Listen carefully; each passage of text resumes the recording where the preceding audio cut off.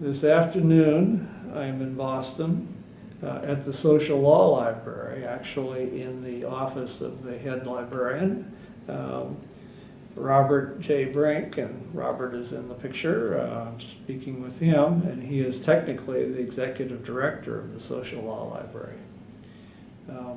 Robert, I want to thank you for allowing me to come in. You gave me the tour of the library, and it's, as these things are relative, new facility. I remember seeing the older facility, which was nearby but not in this building some years ago. I know that because you told me that on the way up on the stairway. It wasn't the one I'd seen 47 years ago when I was last here. But it's our usual custom to begin these conversations by asking you a little bit about yourself as a person, as a human being, as opposed to someone who's a professional in our field. Could you tell us a little bit about your life, Robert, including perhaps also when you were younger? Sure. I'm from the Boston area, the greater Boston area. I come from a family of lawyers and musicians. My father was a violinist. My grandfather was a lawyer. I just had a normal suburban upbringing. I was more adept at baseball than academics, but sort of like my current son, when he was a kid, he didn't want to do so poorly to get criticized, but he was not interested in doing well enough to get a lot of praise. Oh, so you were a regular kid. I was a regular kid, absolutely. That's good. I was a regular kid, yeah. So your father was a violinist. Did he ever play in any of the organizations here in town? Oh, sure. You have two excellent orchestras. Oh, yeah. He was the youngest soloist during his generation to play for the Boston Symphony Orchestra. His claim to fame was chamber music, so he didn't join the BSO. He played a lot of chamber music and toured. And was in the vanguard for his generation of the rediscovery of so-called early music. Corelli, Telemann, people of that sort. When he played, though, he still played with the more modern violin. It has evolved in which violinists play with the old gut strings now, that sort of stuff. But I'm unlike him because I can't carry a tune, and I don't remember any lyrics, so I did not inherit the musical gene. So music was not going to be your profession? No, not at all. Yeah. Not at all. Well, that sort of brings me to the follow-up question I like to ask you sort of about yourself. Do you have any other things that you would consider hobbies? Or even music could be a hobby, but not as a player. No, I play the radio, but that's my talent goes there too. Yeah, I have hobbies. I sail during the summer. I'm a member of a sailing club here in Boston Harbor, so beautiful boats, and go out in the evenings and Saturdays. I've always been somewhat of an athlete, and I've kept up with that, with tennis and hiking, and I play soccer in the field with my dog, every day. We both run after the ball. And my others, if I were to have intellectual hobbies, it more concentrates on history, reading history, writing history, mostly Massachusetts legal history. I'm currently finishing up a book on the Massachusetts Constitution of 1780. Well, I would imagine, knowing the content and age of this library, the Social Law Library, you've probably been able to do a lot of your research without having to go outside. Oh, absolutely, yeah. I mean, we have it here. It's a fascinating story, oldest constitution in the world, and so. Well, sort of turning now towards your professional self. I know you have 2 degrees. Would you like to tell us what they are and where you earned each? Yes, I have an undergraduate from Boston University, and my law degree is from Northeastern. I graduated from Northeastern in 1983 when I was 33, so I did not go to law school until I was 30. Well, it's interesting, you had a law degree. Did you sort of attracted to what we call law librarianship, and in a sense being the executive director here of a law library, you would qualify very well. Can I ask you perhaps how you decided to take that route, and more specifically, did anyone play a hand in advising you to the subject? Well, it's not as if I took that route and I had plotted a course and I steered the course. It's sort of the way the things evolved, and I had no idea when I was in my 20s or 30s that I would ever be doing this. Basically what happened is after high school, I did not go to college. I went to California and did what young people with long hair in the 60s do in California, which I won't go into any great detail. And then when I was, I think around 20, I had what I call my what the heck moment. I called it something else at the time, but it was an awareness that I had to get my act together. And I came back to Boston and I cut my hair and I got a pair of gray flannel pants and I went to work at my grandfather's law firm, Hale and Dorr, which is now Wilmer Hale, as a messenger and then a paralegal.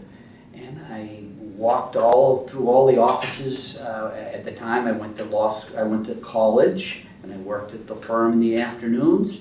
I went to BU, as I mentioned. And I became enamored of the law, of the legal community, of the institutions. I was in and out of the State House. I was everywhere. And I decided I wanted to be a lawyer. Well, I asked my grandfather, Virgil Brink, what should I do? And he said, you should take accounting, because the law deals with numbers, and you should deal with English, because it has to do with communication. I was not good with numbers. And I was interested in somehow legal history, this community. Yeah. And as an undergraduate, while working at Hale and Dorr, I did an independent study degree in legal history. I studied with a professor in the law school for my senior distinction thesis. People at the firm knew that, and the librarian at Hale and Dorr knew, her name was Janice Ugassini, knew that I had this interest in legal history. And in 1975, the bicentennial, the librarian here at the Social Law Library was looking for someone to write a 6-month column of articles in Massachusetts Lawyers Weekly called Lawyers in Colonial Boston. It's part of the bicentennial. We got a grant from the Massachusetts Bar Foundation. Janice Ugassini said, why don't you go on up there and talk to that guy, Edgar Belafontaine? And I walked into his office. And much like this office here, there was a book cart like that one over there. And he hired me for the job. And then on the book cart, he showed me this collection of early court documents from the Inferior Court of Common Pleas from 1692, the charter, the beginning of the Massachusetts judicial system, to 1859 when the Common Pleas turned into the Superior Court. They were still tied and bundled in their original case rolls, 360,000 documents, the docket books, the minute books, the whole collection. He had just saved them from destruction in the basement of this building, which is at the time a very old building, and the clerk wanted to get rid of papers. And he saved them. And he said, well, I don't know what to do with these. That 6-month job turned into a 9-year job. I raised $750,000. We restored them. We did statewide inventories, and that's how I got my start at in the library. During that period of time, I went to Northeastern, and then when I graduated, Edgar was going to be here for quite a while, and I had to spread my wings, and I got a job as the director of a place called the Flashner Judicial Institute, which is at the time, a small nonprofit organization of judges, a self-help judges organization, continuing legal education, studies, publications, and I became the director of that organization because I had learned fundraising skills, public relations skills. I did that for 9 years, and then Edgar decided to retire, and he called me up here and he said, this job is for you at the Social Law Library. And so I was hired back to be the director. They offered me the position of librarian, and I said, no, I'm not a librarian, and I don't want to insult any librarians with that title. So I'm the executive director. So you became the executive director. Yes. It seemed to make sense. Yeah. Yeah. Yeah. My job is really to deal, we have 14,000 members, it's to deal with the legislature, it's the big picture stuff. Do not ask me a reference question. Yeah. You're gonna, if you ask me a reference question, I'll point you to our reference attorneys. Yeah. Well, as a director in my own right, some years ago, when Lexus and Westlaw started to come into libraries, the dean at my school at the time was so enamored about all these magic things we had. The Lexus terminal, actually at that point, was the only one, but it was pretty magic.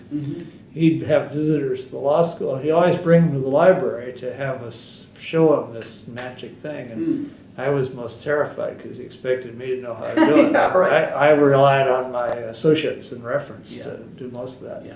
But I saved my hide by learning that if I put the dean's name in, all of his books would show up. And so that's how I solved how to demonstrate this thing. And nobody ever pushed me beyond that. I should circle back to your original part of the question. Did I have any mentors? I just have to give a shout out to Edgar Belafontaine, who brought me in. We used to joke that he was my mentor, but also my tour mentor. He had a lot of vision, but he was able to delegate to people and give people projects and say, this is yours, go do it. And so we had a great relationship. I think he was a great man. He was a very gregarious fellow, but a big thinker, and had just a huge pride about the social law library as the library. And I got that from him, and I feel that this is the library.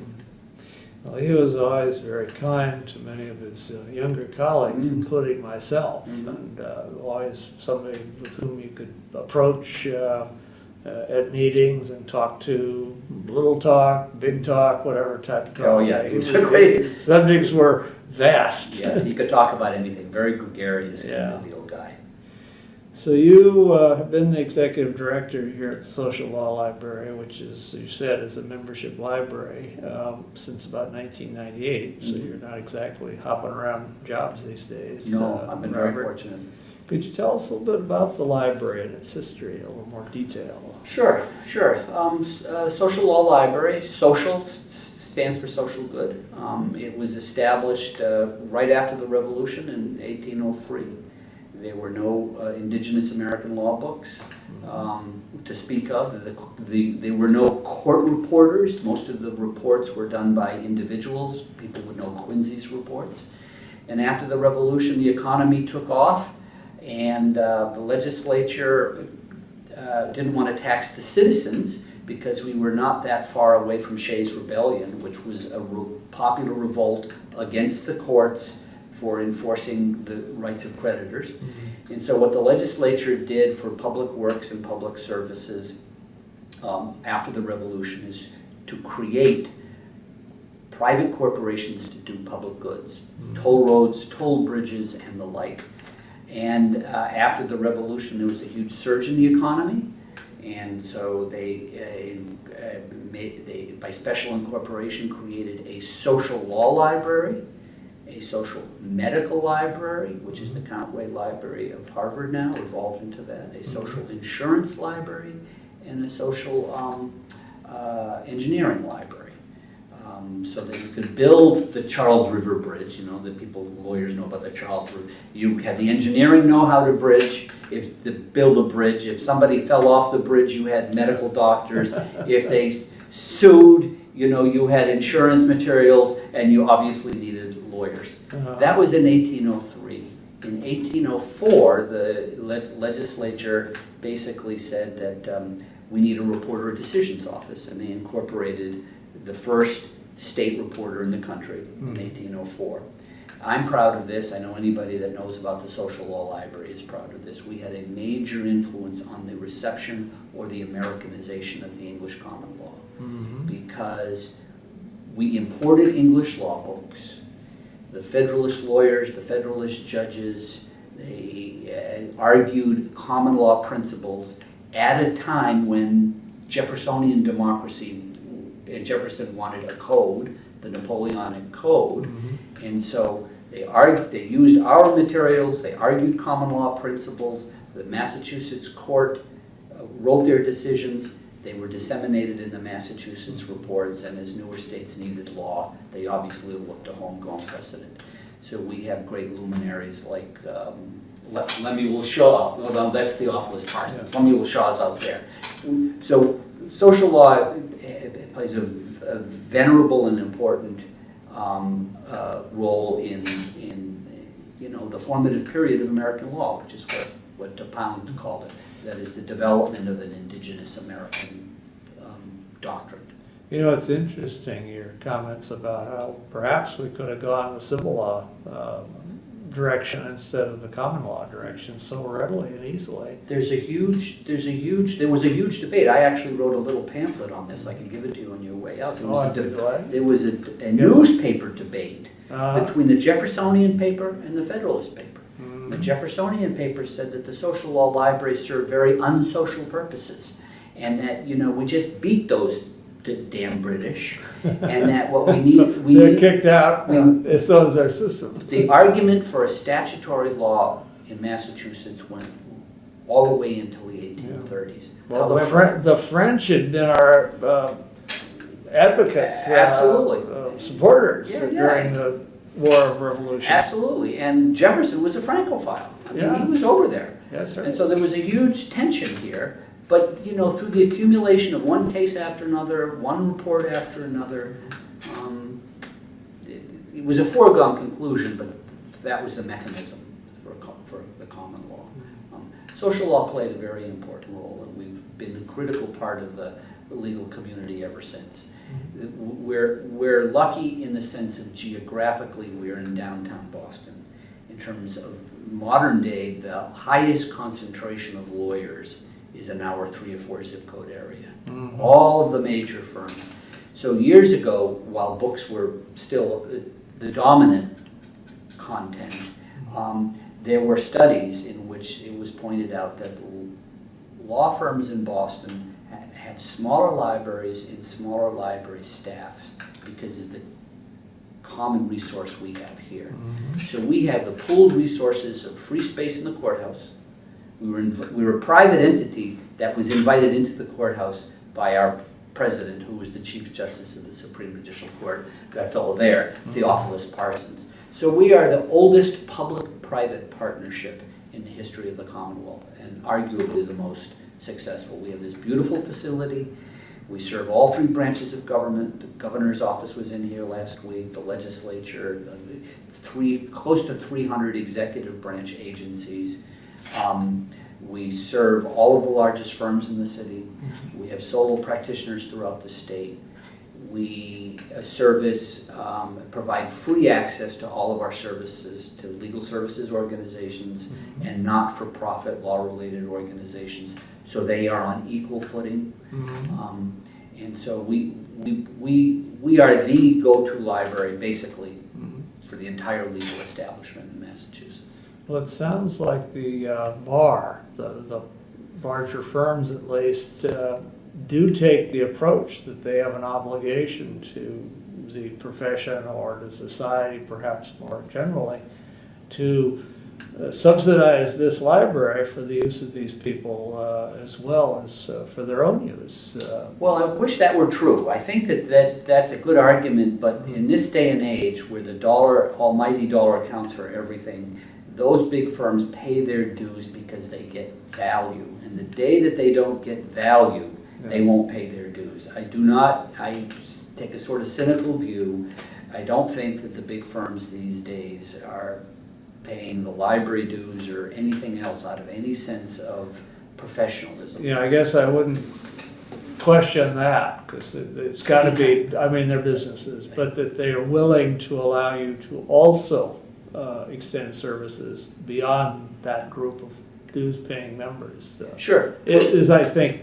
Well, yes. Well, they like the idea that the legal services, but we get 75% of our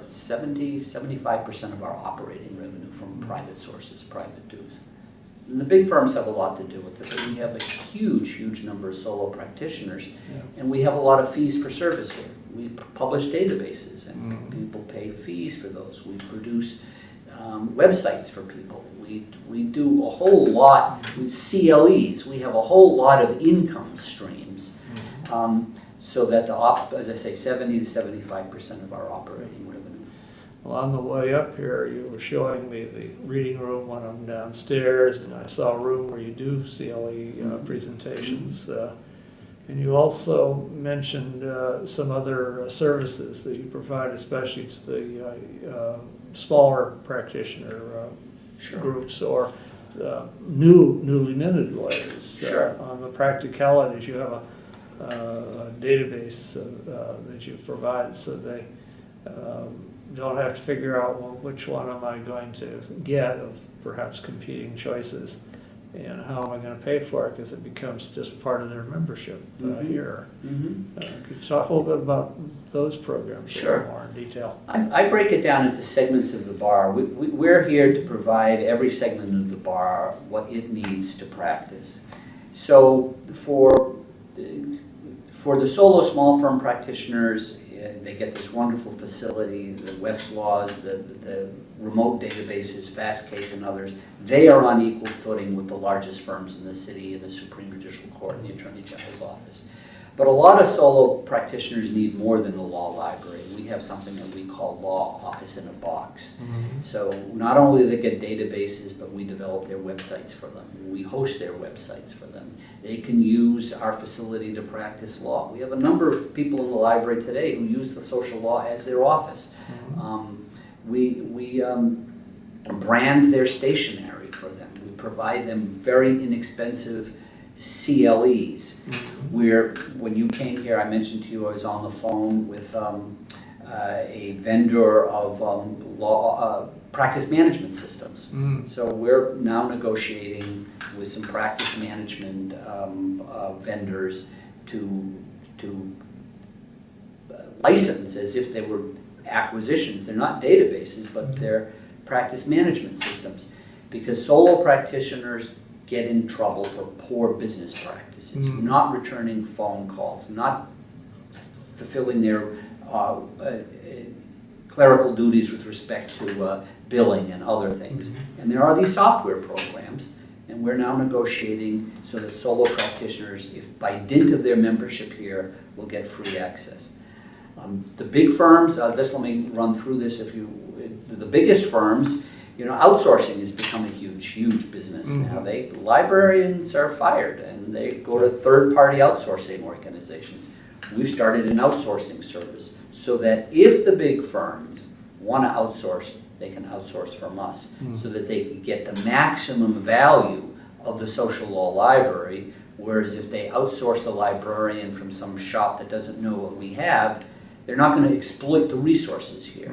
So if you go to the supermarket, Pepperidge Farm puts the bread on the shelf, not the grocery store personnel. So we are doing outsourcing services among a variety of others, alert services, the kinds of things that law librarians do at the firms, we now do.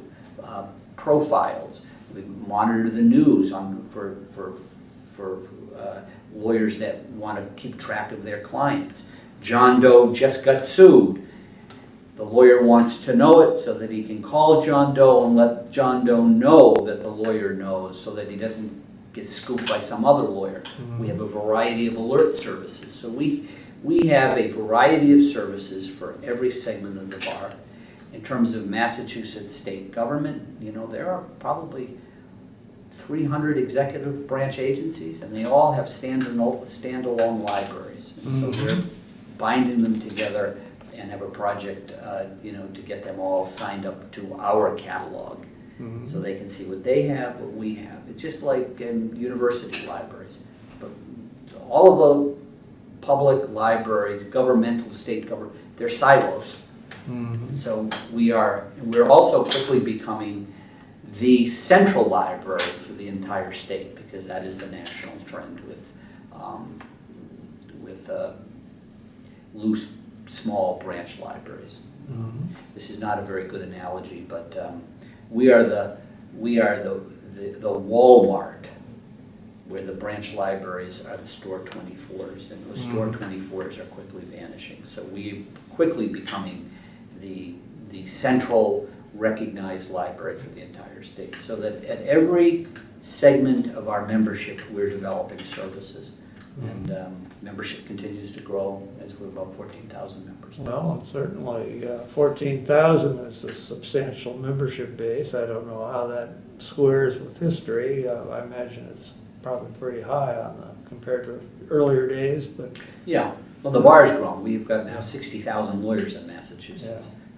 So we have a lot of room for growth, but the bar with the exception of the past 3 or 4 years, 5 years since the recession. I'll say, just as an aside, is that the largest firms used to grow by leaps and bounds. Every year they'd join up and they'd add 20 associates, 30 associates. Since the recession of 2009, 2010, the largest firms have actually shrunk. It was a steep cliff, and then it's been more gradual. This year, our fiscal year starts in a few days. We've begun to see an uptick in the size of the big firms, but things change. well, maybe in 2-3 years, the law schools will start to see an uptick in interest then, because they too have reflected the difficult times for the profession. Yes. And there's been a lot of retrenchment there and curtailing of budgets of various sorts because they have to be able to afford to operate. And they can't spend money, unlike perhaps somebody or other around that doesn't have it. That's true, that's true. It's been very hard for law schools. Yeah. Well, it's interesting to hear you describe this library, which in a sense is sort of different from many of the law libraries around the country. Very definitely you are the oldest, and by that alone, it makes you special and unique. I have to qualify that. We vie with the Jenkins Library. Oh, in Philadelphia. So that if one were to trace the Jenkins Library to its original source, it was, I think, the Law Society of Philadelphia, and it was established a month or 2 before we were. But it has gone through many changes, and we started as the Social Law Library, and we remain. So I want to be clear about that. So technically, there is another library, that one that I think we are the oldest. Had been older by a few days. By a few days, basically. But yeah. But otherwise, there's no comparison. Sorry to Jenkins. Well, you have just mentioned, of course, Ed Belafontaine, who was your predecessor and was the long-time executive director here at the Social Law Library. But I remember he had an associate or a deputy or whatever she was, Maria Sekula. And you worked here at a time when Maria was around. Could you tell us a little bit about her as a person? Well, Maria was a great person. Edgar was the visionary. She was the implementer. So there was a little bit, for people who know their presidential history, there was a little bit of H.R. Bob Halderman in her. She was the gatekeeper for Edgar. But everybody in his role probably could use one of those. Yeah, but she was a very nice person, a very hard worker. She shared his vision, was very knowledgeable, and he relied on her to do a lot of the management. I mean, she was actually, I have an accountant, a CPA who was our CFO. She did the library's books for years. I mean, as an amateur, I'd never do that in this day and age. So the two of them really ran it. I think he was the visionary, and in terms of the day-to-day business, the personnel, the HR, the implementation of some of his programs, it was Maria. They were true partners, though, and a nice person. Well, they were always at twosome Yes. public functions and at meetings and so on. And it looked like they had a very good business relationship. They did. And personal, perhaps, too, in the right sense of that term. They did. They were one heck of a team, I suspect. They were. Well, you have, outside of, I think, the library somewhat, you have another role here in town and in the state. And as we move into this, I'll mention, for those who may not be aware of it, in the Commonwealth of Massachusetts, the top court in the system is the Supreme Judicial Court. Many of the states, they use the federal model and have a Supreme Court. But this is your top court. and you are a trustee and the executive director of the Historical Society of the Supreme Judicial Court. Could you perhaps talk a little bit about that role and what the Sure. society does? Sure. Well, the Supreme Judicial Court is one of the oldest courts ever, at least in the not ever English courts, but in the United States. And for its 300th anniversary, I think in 1992, there was an anniversary, and out of which the Supreme Judicial Court Historical Society sprung as a 501c3 conduit to raise money for public events, money that could not go to the court itself. Edgar and I wrote the proposal. It's run by the library. We've been around for a long time. We used to publish a journal, but we don't anymore. The assets of the library really go to sponsoring public events, book talks, convocations, conferences. We're within the Historical Society, we have a number of sub-endowments. So we have an endowment that we raised at the retirement of Justice Ruth Abrams, who was the first woman justice on our Supreme Court. And we do programs, Women in the Law. We have another endowment in the name of one of the great, a guy named Bill Homans, and he was one of the great civil rights attorneys. And we do a variety of programs on civil rights, bring in authors, talks, conferences. We don't publish the journal anymore. We will do some knockoff publications. Knockoff, it sounds a little too informal, but Sounds like you're back in the Walmart selling individuals. clothes. Individual papers will do, but the publication of the journal has been gone for a few years. It's just too work intensive. So that's one of the subsidiary organizations of the library. There's another one. We run an organization here that trains judges too. We have a staff. I'm the executive vice president. That was the job that I did for the 15 years between my first tour of here and the second, and we brought it in. So you don't relinquish former jobs when you take on a new one. You sort of adopt it and make it part of your new repertoire of responsibilities. It sounds like, Robert. Yeah, it's a delight. We publish books. We're publishing our new bench book on jury management techniques. We published the book with the Supreme Court on the Massachusetts Guide to Evidence. We have a wide variety of continuing educational programs for judges. We have one that's next week, DNA issues. So I run that organization too. So social law we do a lot of things. And I think it's reflective of our new branding. It used to be Social Law Library with old venerable stationery, and we loved our history. But and we do love our history, but we're a very modern organization, and now the branding is Social Law, and then in small letters under law, library.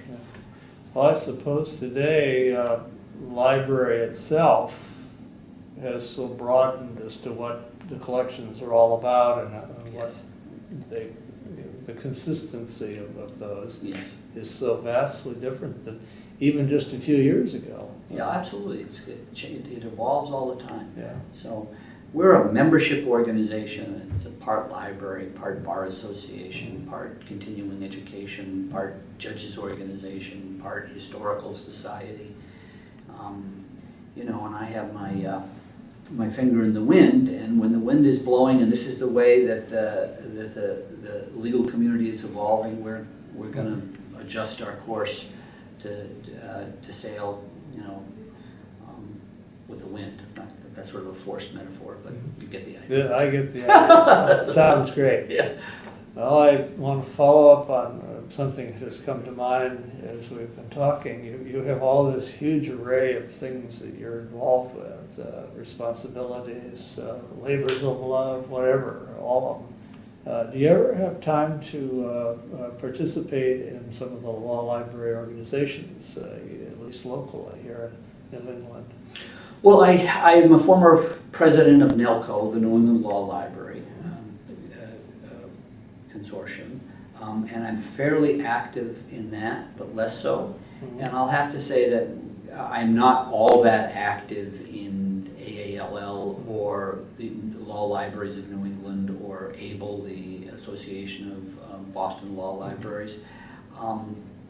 Part of it is because I'm actually not a librarian, and the people on the staff that interface with the other librarians are very active in those. We have some reference people that are, on the boards and stuff like that. My time, for the most part, is spent with the judges, with the legislature, with the bar, with the people who, at the end of the day, write the checks. Yeah, you're sort of the chief development officer of the social law library. Or the chief BS artist, I'm not sure which. They're putting it more It's the same bluntly, thing, but that's the same thing. Yeah, Sure. yeah. Which is, again, why I asked not to be, my title is the executive director. I have a huge respect for librarians. And I don't want to insult anybody with that title. Well, given what you do, the library that you oversee, I think if you dared to call yourself a librarian, you would be totally forgiven if it is any misnomer to it, Right. which there really isn't, I think. No. You really could go by that title if you wanted to, quite honestly, I think. Thank you. Yeah, well, I do run a library, Yeah. but as I often joke, and I might have said it here, don't ask me a reference question. Yeah.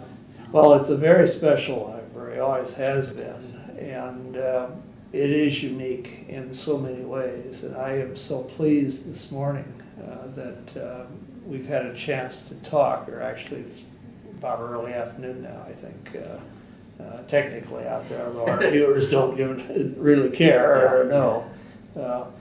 So we're sort of nearing the end of our conversation, Robert. But before we do, I like custom is to ask if there's anything we've not talked about that you would like to bring up at this point. Well, no. I mean, I could go on and on and on. I'm one of those people that if you ask what time it is, I'll tell you how the watch is made. And I think that you have a number of other interviews. I do have 2 more today after this one, and this is the second today. I'm having a grand time doing these, as you well know, and but there are 2 more this afternoon. All I can say is I think this has been a great career for me. I've been here on and off since 1975, and I consider myself a very, very lucky person to have a job like this.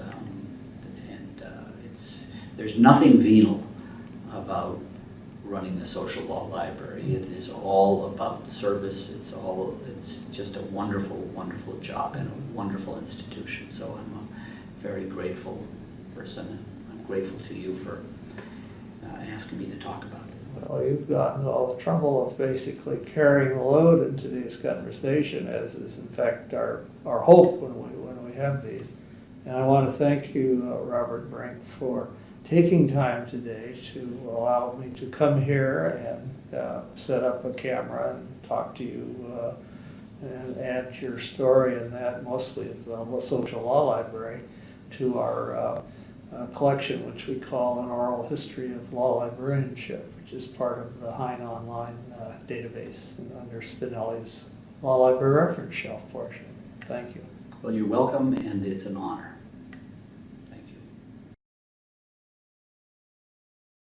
Well, this is Theophilus Parsons, who was the first library president in 1803, and he was also, though, the Chief Justice of the Supreme Judicial Court.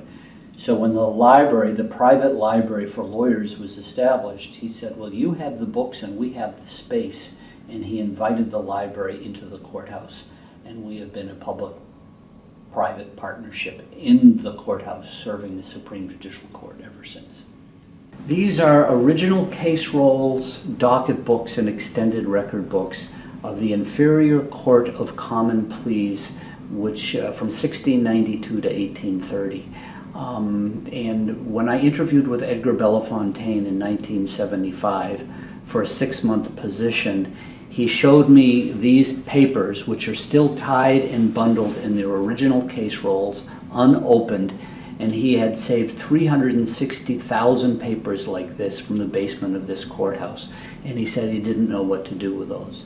So what started out as a 6-month job writing a series of articles for Massachusetts Lawyers Weekly during the bicentennial turned into a close to 10-year position for me to raise the money, to have them restored, to find out what similar records were in the other courthouses of Massachusetts. And there are records in there of tarring and featherings, all the great notables of Boston, John Hancock, John Adams, Sam Adams, the artist John Singleton Copley. I myself found where John Adams was sworn in as an attorney in 1756, I believe. And so that's what those are. Been a lot of books written with those materials. This is an early portrait of Lemuel Shaw, who was one of the great Chief Justices of Massachusetts from 1830 to 1860. He's the subject of numerous books. I think probably the most famous is Leonard Levy's Chief Justice Shaw, The Law of the Commonwealth. He is most renowned for his 30 years on the bench, over 2,000 decisions in which he essentially Americanized the English common law. The police power doctrine, eminent domain. He had pretty much the first whack in interpreting English common law and adapting it to American conditions. He is thought by many to be the greatest common law Chief Justice. He was a member of the Social Law Library. He was actually in charge of the Social Law Library's book purchasing committee for years. So he shaped the Social Law Library to his own satisfaction. As I said, he was the Chief Justice of the Supreme Judicial Court for 30 years, over 2,000 decisions, and one of the great Chief Justices and he wrote in that grand style that the judges used to write.